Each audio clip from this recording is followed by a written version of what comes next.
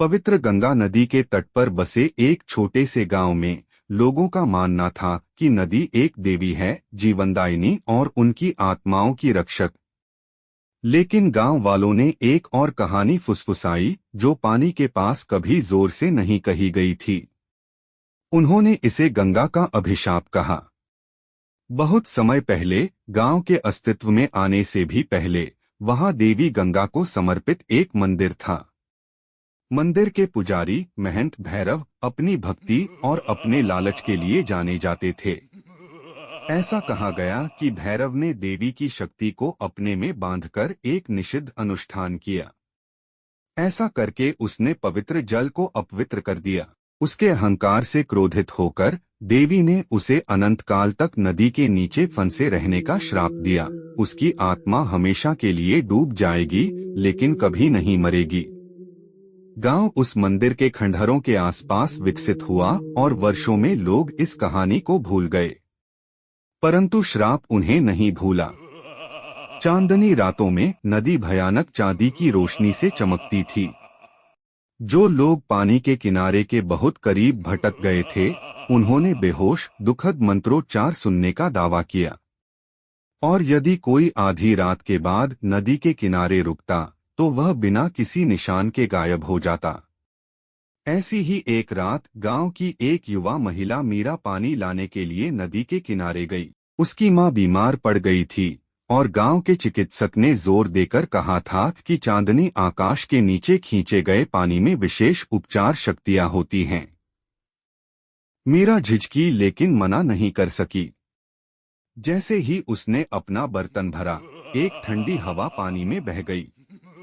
हवा भारी हो गई और दूर तक घंटियों की आवाज धुंध में गूंजने लगी। मीरा ठिठक गई। अंधेरे से एक आवाज ने उसका नाम फुसफुसाया। मीरा, उसने धीरे से पुकारा, करीब आओ। उसके दिल पर खौफ छा गया, लेकिन एक अदृश्य शक्ति ने उसे पानी की ओर खींच लिया। उसके पैर उसकी इच्छा के विरुद्ध हिले।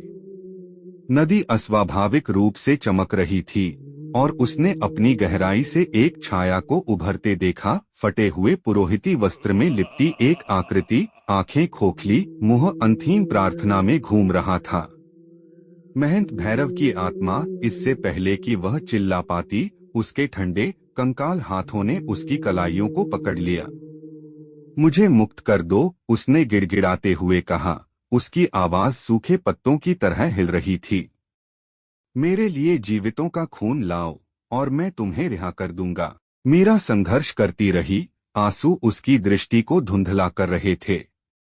उसे पुरानी कहानियां याद आईं। श्राप को तोड़ने का एकमात्र तरीका पुजारी के स्थान पर एक आत्मा की पेशकश करना था। लेकिन वह किसकी आत्मा का बलिदान कर सकती थी? नदी बढ़ने लगी। काली लहरें उसके पैरों के चारों ओर घूमने लगीं। हताशा में उसने देवी गंगा से दया की याचना करते हुए प्रार्थना की। पानी कांपने लगा और एक चकाचौंध रोशनी ने अंधेरे को चीर दिया। नदी से एक स्त्री का रूप प्रकट हुआ, दीप्तिमान और भयानक। तुम्हारा लालच तुम्हें बांधता है, भैरव, देवी ने कहा। उसकी आवाज रात भर गूंजती रही।